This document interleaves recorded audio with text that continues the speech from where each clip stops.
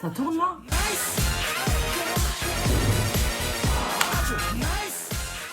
Mon expérience professionnelle s'est déroulée dans la structure du Secours catholique à Angers. Cet organisme public propose des cours de français aux migrants qui souhaitent s'intégrer dans le pays. Les professeurs bénévoles donnent des cours à différents niveaux de langue, allant souvent du niveau A0 au niveau B2, voire un peu plus élevé.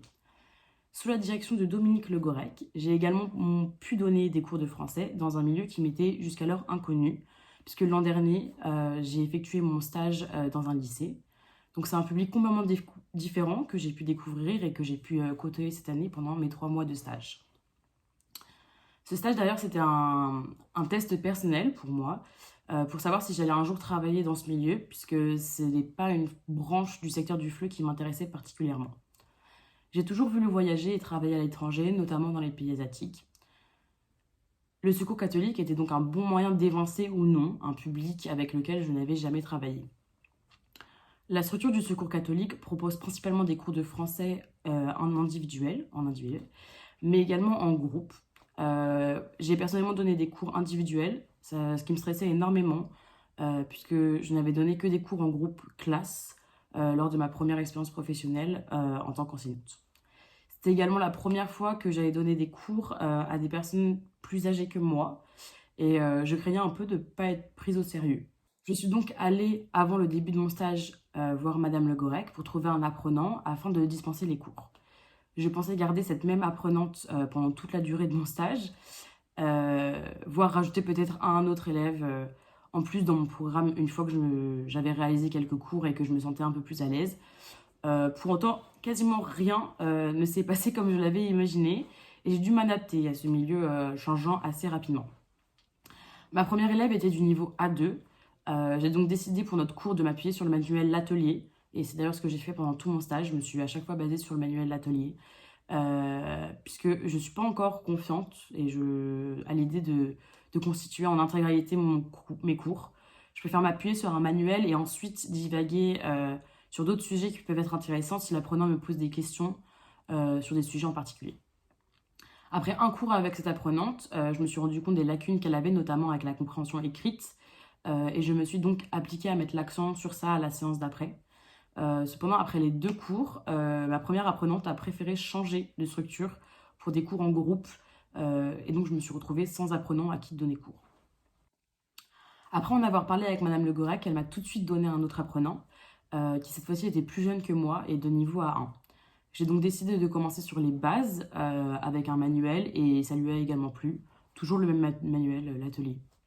Nous faisions des cours de 2 heures par semaine, des cours de 2 heures 2 fois dans la semaine. Voilà.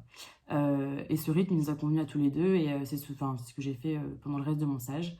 J'ai grâce à lui pu voir que je devais parfois m'améliorer quand je devais expliquer certains points, notamment grammaticaux, parce que j'étais pas très claire. Travailler avec un élève plus jeune, ça m'a remis en confiance en tant qu'enseignante.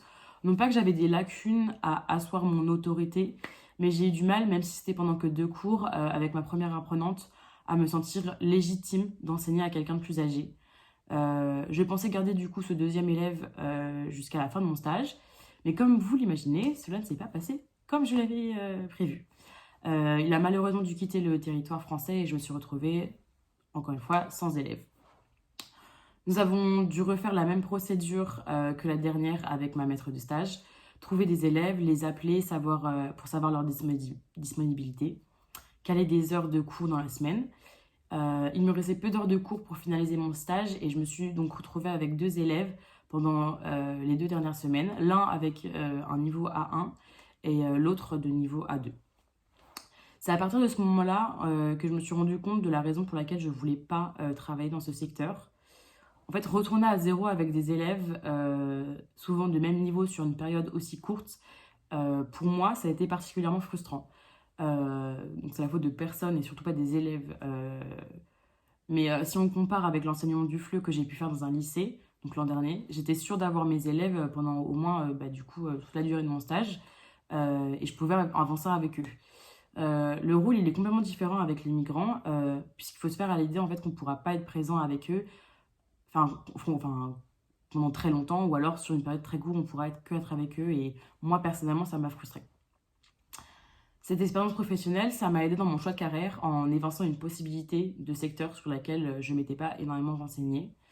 J'ai pu, grâce à ce stage, organiser un emploi du temps pour des cours, gérer des appels téléphoniques avec des élèves, organiser un cours et le mettre en œuvre, gérer et prioriser des tâches pour respecter les délais que je m'étais fixés. Je me suis également ajustée aux changements très fréquents et aux nouvelles situations. J'ai su prendre des décisions allant dans mon sens ou dans celui de l'élève, réagir efficacement en situation de crise et surtout j'ai développé ma compréhension et mon respect des différentes cultures plus que avant.